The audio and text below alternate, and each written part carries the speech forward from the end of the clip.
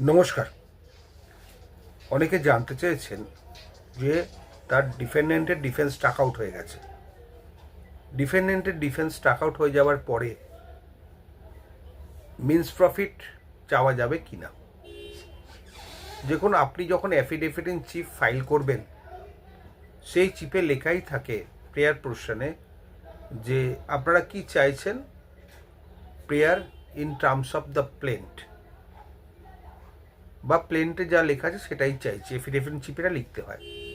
সুতরাং আপনার শুধু ডিফেন্স টাক আউট হলে প্লেন্টে যা আছে সেটাই আপনি চাইবেন, তার বেশি কিছু চেয়ে লাভ নেই।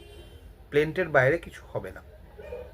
আর মিন্স প্রফিট কোর্ট যদি অর্ডার করে, তার জন্য মিন্স প্রফিট ডিটারমিনেশনের জন্য আপনার আলাদা প্রভিশন আছে, সেই প্রভিশনে মিসকেস করতে হয়।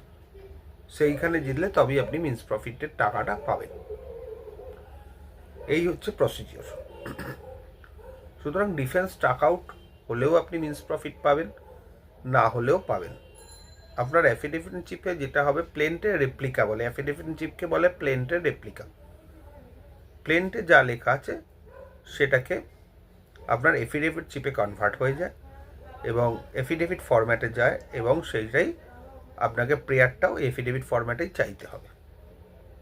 তবে সবসময় যে এক্সপার্টি হলেই যে জিতবেন তা নয়, আপনাকে আপনার কেসটা প্রমাণ করতে হবে, তবেই আপনি জিতবেন। এক্সপার্টি হওয়া মানেই যে জিতে যাওয়া তা নয়। তবে আপনি যে এভিডেন্সটা দেবেন সেটা কোর্টের কাছে বিশ্বাসযোগ্য হতে হবে। কোর্ট তবেই অর্ডার পাস করবে আপনার ফেভারে। ভালো থাকবে।